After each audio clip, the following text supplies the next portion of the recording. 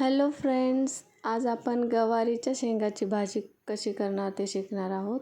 यासाठी आपण सगळ्यात पहिले शेंगा खोडून घ्यायच्यात. कढईमध्ये 2 पळ्या तेल टाकायचे.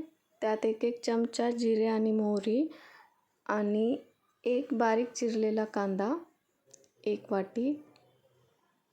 थोडा परतल्यावर यात आपण 1 टोमॅटो चिरलेला टाकून घेणार आहोत आणि त्या शेंगा.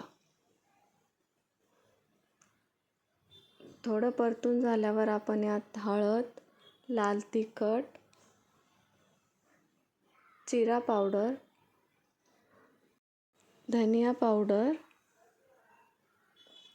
आणि 1 चमचा गरम मसाला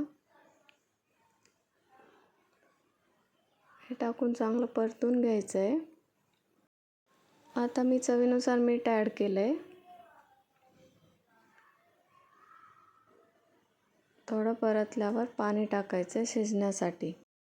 3-4 मिनटं हे झाकण लावून शिजू द्यायचं आहे आणि अर्धं शिजल्यावर त्या शेंगदाण्याचं कूट ॲड करायचं आहे.